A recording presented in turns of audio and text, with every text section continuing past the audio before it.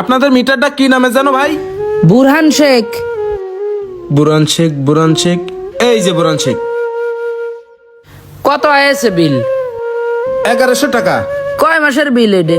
1 মাসের বিল। 1 মাসের বিল 1100 টাকা? ও ভাই, এত বেশি আসলো কেন? আপনি পুড়াইছেন তাই আয়েছে। তা আগের মাসে তো আর কম হয়েছে, 758 টাকা। এই মাসে 1100 টাকা কিরকম করে আসলো? ওইটা হয়তো বা আপনি কম চালাইছেন, এই জন্য কম আয়েছে। ওরে ভাই, আগের মাসের থেকে তো এই মাসে আরো কম আসার কথা। এই মাসে তো আমি 15 দিন বাড়িই ছিলাম না। আমার মা ছিল বুনির বাড়ি আর আমি ছিলাম ঢাকায়। সবকিছু মনে হয় চালাইতে হয়ে গেছেন, এই জন্য বিল পড়েছে বেশি। পাগলা কুত্তায় কামড়াইছে আপনার? হ্যাঁ, আমি সবকিছু জ্বালাই থয়ে যাবো আমি আর বুঝি নে।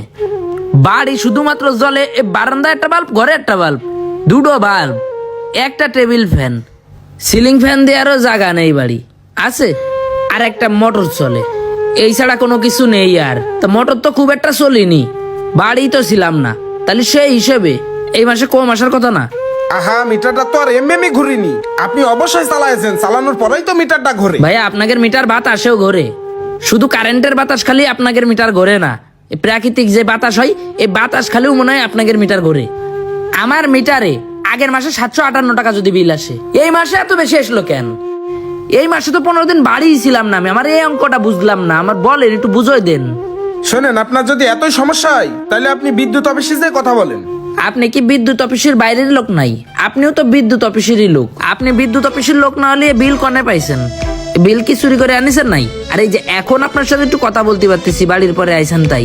বিদ্যুৎ অফিসে যায় তো এটুক কথাও আপনার সাথে বলা যাবে না, তখন তো আপনার পুয়া হয়ে যাবে 12। আহা, আপনি তো বুঝতেছেন না, সব কাজের একটা প্রসেসিং আছে, সেই অনুযায়ী আপনাকে আগাতে হবে। প্রসেসিং অনুযায়ী আগাচ্ছে, আগে আপনি আমার প্রসেসিং অনুযায়ী আগান। এদিকে আসেন। এই আবার কোন যন্ত্রণায় পড়লাম। এই দেখেন, এদিকে আসেন।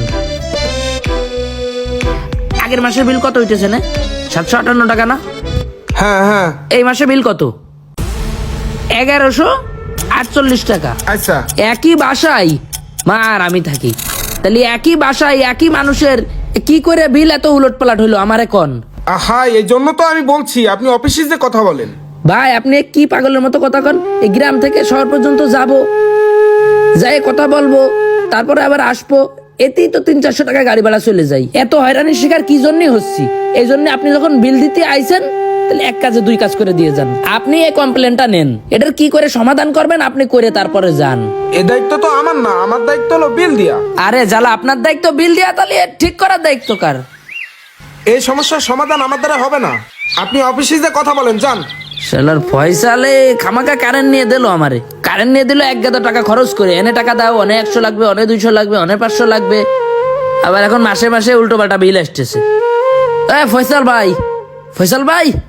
হ্যাঁ, কিডা? আমি একটু এদিকে দিনি। ও, লিটন। হ্যাঁ ভাই, বয় দিনি ভাই একটু। কি হয়েছে ক? এই দেখ,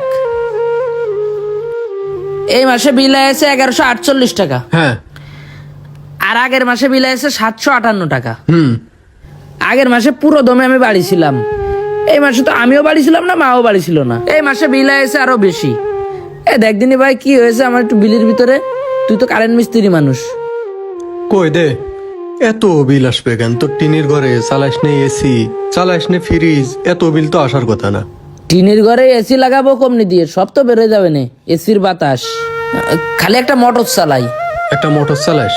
একটা মোটর চালালিও তো এত টাকা আসার কথা না। আমি তো ওইটাই করছি, এত বিল তো কোনোদিন আসেনি। এর আগে বিল এসে 300, 350, আস্তে আস্তে তো বাড়তেই আছে। মাস যায় দেখি বাড়ে, মাস যায় বাড়ে।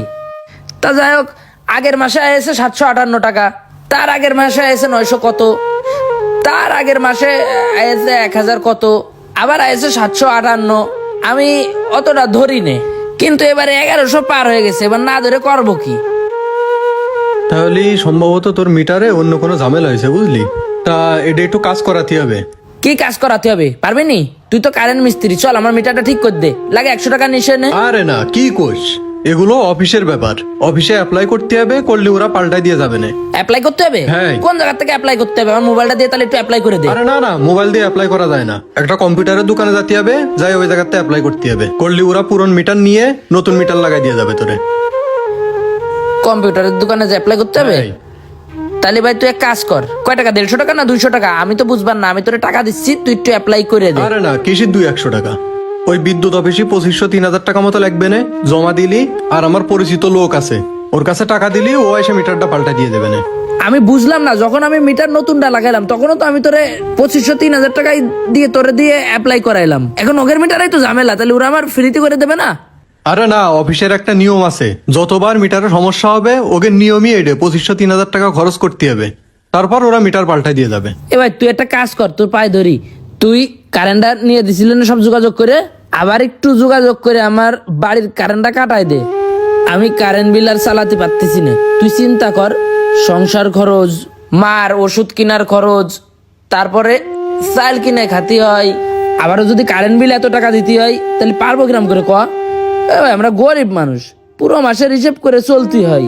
এখন এই এক মাসে হিসাব করে দেখলাম যে কারেন্ট বিল দিতে হবে আমার 1100 টাকা, আবার মার ওষুধ খরচ আছে 1500 টাকা, আমার বাজার খরচ আছে আর 3000 টাকা, আমার বাড়ির ছোট কিছু খরচ আছে 1000 টাকা, সবকিছু মিলে হিসাব করলাম কি 7000 টাকা আমার খরচ আছে। তাহলে কারেন্ট বিল বেশি উঠাই কি আমি ঘাটতিতে পড়ে গেলাম না?